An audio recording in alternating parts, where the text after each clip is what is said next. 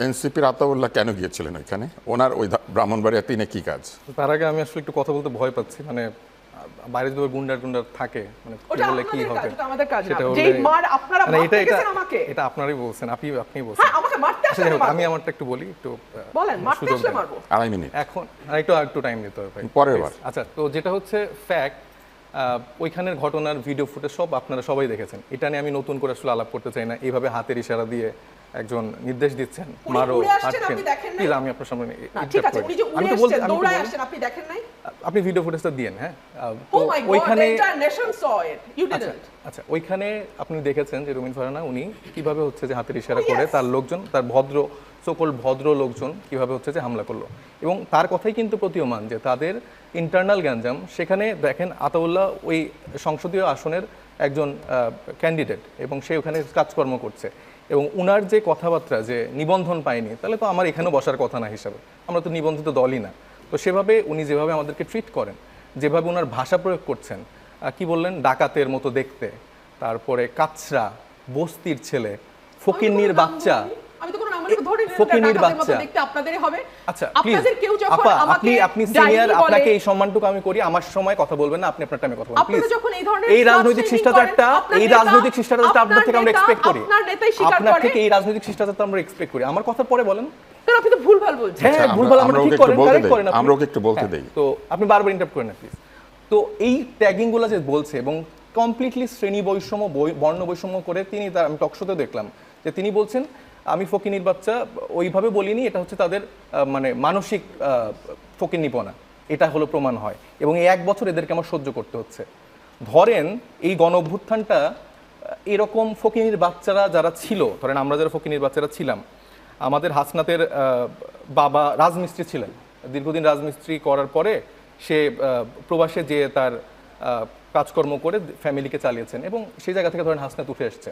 এরকম আমাদের ঢাকা বিশ্ববিদ্যালয় বলেন এবং অন্য অন্য যে জায়গাগুলো আছে, ইভেন একজন শ্রমিকের গল্প বলেন, এই মানুষগুলো হচ্ছে কোনো এলিট ফ্যামিলি থেকে বিলং করে না।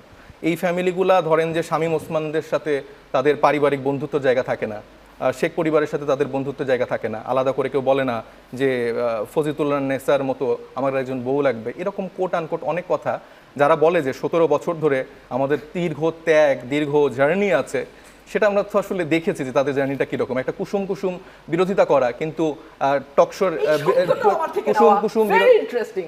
এই যে কুসুম বিরোধিতা না, এটা জাতীয় পার্টিকে আমি আপনি এইভাবে ইন্টারাপ্ট করলে আমি কিভাবে বলবো? একটু বলতে দেন প্লিজ, বলার পরে বলেন প্লিজ। তো কুসুম বিরোধিতা করা, তারপরে আমার ভেরি ইন্টারেস্টিং, বাট এটা বাদ দিয়ে অন্য আচ্ছা কিছু বলেন। উনি কি বলবেন না আমি বলবো, এটা না, আপনি আপনি clear বলবেন। করেন। তাহলে আপনি একটু কন্ট্যাক্ট করেন। হ্যাঁ, এইভাবে আমি তারা যদি মনে এরকম করিয়ে করে দিয়েছিলাম। ইন্টারাপ্ট করে তাহলে এটা কেমন? তো ওনার একটা খুব পপুলার কথা, সে কথায় বলে যে 15 বছর ধরে হয়নি। তার মানে তিনি আসলে কি বুঝাতে চায় যে 15 বছর ধরে কি হয়নি? 15 বছর ধরে বেগম খালেদা জিয়াকে আটকে রেখে তিলে তিলে মেরে ফেলার ঘটনা হয়েছে, তারপরে 15 বছর ধরে বিএনপির গুম খুন করা হয়েছে।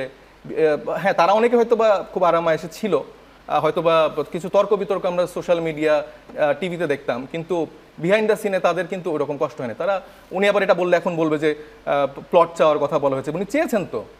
হ্যাঁ, উনার ঢাকায় চট্টগ্রামে উনাদের বলেন যে প্লট আমি এটা উইথড্র করছি না, আপনি হাফ ট্রুথ বললে হবে না। আমার কথার টাইমে কেন You কথা have to বলছে say the ভাই? full এটা truth. তো একটা না, আপনি বলবেন। Basic mannerism. আপনি He বলবেন। has to say the full আমি truth. আমি তো তার থেকে এই বেসিক ম্যানারিজম, এই শিষ্টাচারটা তো এক্সপেক্ট করি। আমি তো সময় কথা আপনি বলি। বলেন কারণ তো 15 আপনার বছর সময় পার ধরে হয়ে যাচ্ছে। উনি এরকম করে কথা বলে এসেছেন, এরকম জায়গাগুলো সে মানে ইউজ করেছেন, এবং তার পরবর্তী তার নেতাকর্মীদের আমরা দেখেছি যে একটা বড় গ্রুপ, তারা কিন্তু কোনো আপোষ করেনি। বেগম খালেদা জিয়াকে আমরা বলি যে আপোষের নেত্রী, এবং তাকে আমরা আসলে কোনো দলের ভিতরে আর ফেলি না, তিনি আসলে দলের ঊর্ধ্বে চলে গিয়েছেন। তো এই টাইপের ফিগার, এরা যখন কোনো কিছুতে আপোষ করে, তখন আমরা দেখি যে একটা নির্বাচনে 4-5 জন বিএনপির কেউ সংরক্ষিত আসন দিয়ে ইলেকশনের ওইটাকে লেজিটিমেট দিয়ে দেয়, লেজিটিমেসিটা উৎপাদন করে। তো এই মানুষগুলো তো তারা অনেকভাবে দোষারোপ করে, তো এরাও তো সমানভাবে দায়ী।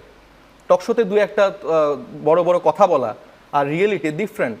আমরা রাজনীতির আমরা দেখতেছি, ফকির বাচ্চা হয়েও আমরা রাজনীতির এই জন্নাতে থাকি, এবং তাদের যে এলিটিজম এবং তাদের যে চিন্তা যে পরিবারের বাইরের কেউ হতে পারবে না, তার একটা ভালো ফ্যামিলি ব্যাকগ্রাউন্ড আছে, ভাইদের ভালো ফ্যামিলি ব্যাকগ্রাউন্ড আছে, তো একজন কৃষকের ছেলে কি স্বপ্ন দেখতে পারবে না রাজনীতিতে আসার জন্য?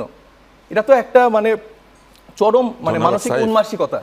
এবং না, আমাকে আমার টাইম অনেক ইন্টারাপ্ট করতে ভাই, এটা তো একটা চরম মানসিক উন্মাসিকতা। আবার সুযোগ পাবেন না হলে এখানেই শেষ হয়ে যাবে। আচ্ছা, আমাকে এটা কমপ্লিট বলতে দেন। এটা চরম মানসিক উন্মাসিকতা, এটা একটা হাসিনা সিনড্রোম।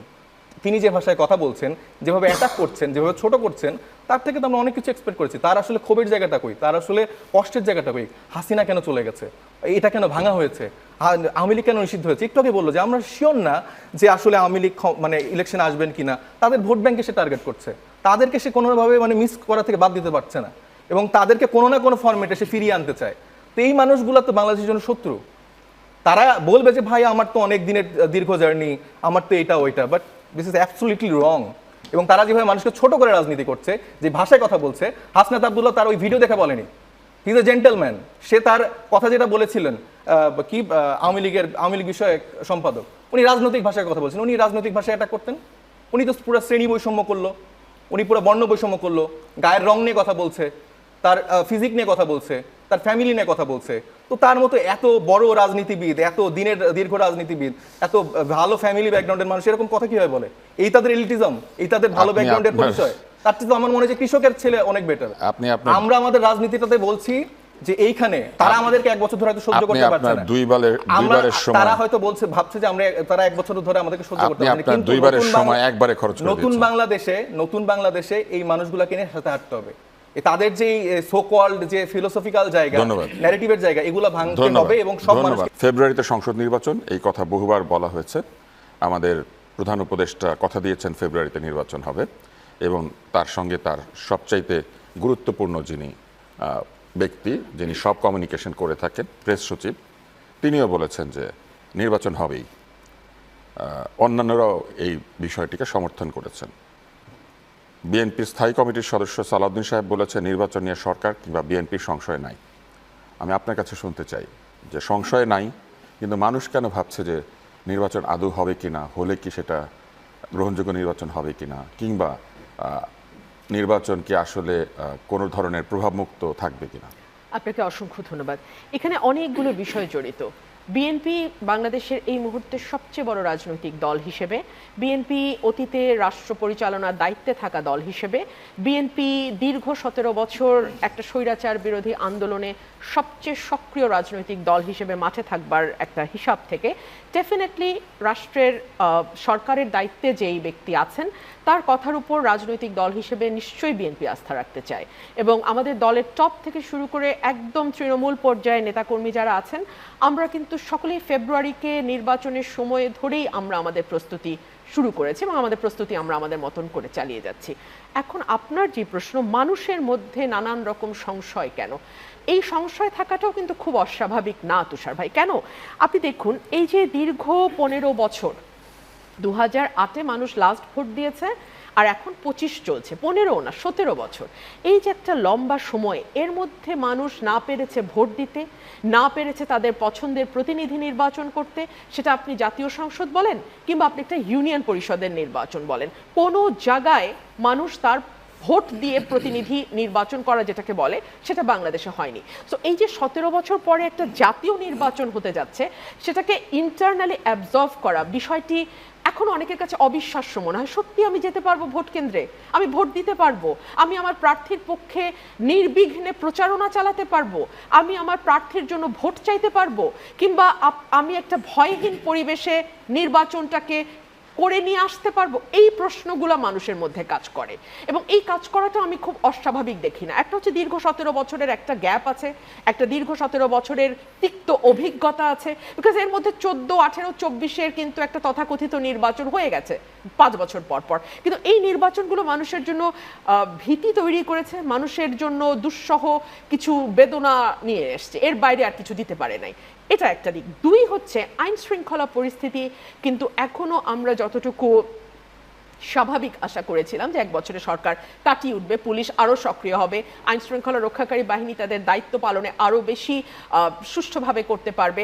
বিশেষ করে আমাদের যেহেতু এখন ম্যাজিস্ট্রেসি পাওয়ার নিয়ে আর্মি আছে মাঠে, তারপরেও কিন্তু প্রতিদিনই আমাদের কোথাও না কোথাও কোনো না কোনো ঘটনার খবর জানতে হয়। সেটা আপনি ধর্ষণের পরিসংখ্যান দেখেন, আপনি হত্যার পরিসংখ্যান দেখেন, কিংবা আপনি মবের বিস্তার দেখেন। সো এই সকল কিছু কিন্তু মানুষকে একরকম আতঙ্কগ্রস্ত করে এবং মানুষকে দ্বিধাদ্বন্দ্বে ফেলে দেয় যে আচ্ছা এখনই এরকম হচ্ছে, নির্বাচন যত ঘনিয়ে আসবে আরও কি পরিস্থিতি না হয়। সো এইগুলোও একটা বড় এফেক্ট ফেলে নির্বাচনে। তিন হচ্ছে আমাদের একটা বড় রাজনৈতিক দল এবং গোষ্ঠী বা এক ধরনের রাজনৈতিক ভাবধারার যে রাজনৈতিক দল আছে, আমি খোলাখুলি বললে আওয়ামী লীগ, তাদেরকে নির্বাচনের বাইরে রেখে এই নির্বাচনটি হবে কিনা এটা কিন্তু আমরা এখনো পরিষ্কার না। মানে আওয়ামী লীগের কার্যক্রম নিষিদ্ধ, কিন্তু আওয়ামী লীগ কি নির্বাচনে অংশ নিতে পারবে কিনা এই ব্যাপারে কিন্তু সরকার এখনো পরিষ্কার করে কিছু বলে নাই। বিচার এবং সংস্কারের পরিস্থিতিটা কি দাঁড়াবে এগুলো নিয়েও মানুষের মধ্যে এক ধরনের আস্থাহীনতা আছে। আমরা কিন্তু অনেক রাজনৈতিক দলকে বলতে শুনছি বিচার বা সংস্কার শেষ না করে কোনো নির্বাচন বাংলাদেশে হবে না। এই কথা যখন আসে, স্বাভাবিকভাবে যেই মানুষটি হয়তো সরাসরি রাজনীতির সঙ্গে যুক্ত না, ডিরেক্টলি কোনো পলিটিক্যাল পার্টির পোস্ট হোল্ড করে না, সেই মানুষটি একজন ভোটার, সে আতঙ্কগ্রস্ত হয়ে যায়। আচ্ছা, তাহলে তো বিচার সংস্কার কত দূর গেলে নির্বাচন হবে, সেটা কতটুকু হলে আমরা বলবো যে এখন নির্বাচন করা যায়, এটাও একটা প্রশ্ন। সময় ব্যক্তি আক্রমণ করা হয়েছে, তো আমাকে জবাবটা তো দিতে হবে। আমাকে বলা হয়েছে যে আমি প্লট চেয়েছি। অফকোর্স আমি প্লট চেয়েছি, একজন মেম্বার অফ পার্লামেন্ট প্লট চাইতেই পারেন। এক, দুই হচ্ছে প্লটটা আমি প্রত্যাহার করেছি আবেদনটা। আমি কিন্তু কারো বাসায় ঢুকে 1 কোটি টাকা চাইনি। আমি আইনগতভাবে প্লট চাওয়ার যোগ্য, আমি প্লট চেয়েছি, আমি প্রত্যাহার করেছি। দুই হচ্ছে ব্যক্তি জীবন এবং রাজনৈতিক জীবন। উনি আমার ব্যক্তি জীবনের সাথে, আমার পারিবারিক জীবনের সাথে রাজনৈতিক জীবনকে গুলিয়ে ফেলেছেন। ধরুন বঙ্গবন্ধুর সঙ্গে মৌলানা ভাসানীর যখন আলাদা হয়ে গেল, ন্যাপ তৈরি করলো মৌলানা ভাসানী, আমার আব্বা অলি আহাদ বঙ্গবন্ধু আওয়ামী লীগ নিয়ে আলাদা হয়ে গেল। রাতের বেলা বঙ্গবন্ধু যেতেন মৌলানা ভাসানীর কাছে অ্যাডভাইস নিতে, when even he was the prime minister, advice নিতে যেতেন। এটা ছিল পলিটিক্যাল সংস্কৃতি। বিরোধিতা তো থাকবেই, কিন্তু পরস্পরের চামড়া খুলে ফেলা, পরস্পরের বিরুদ্ধে কুৎসিততম স্লোগান দেওয়া, ব্যক্তি সম্পর্ককে এমন জায়গায় নিয়ে যাওয়া যে একেবারে ছিঁড়ে খুঁড়ে ফেলতে হবে, এটা ছিল না।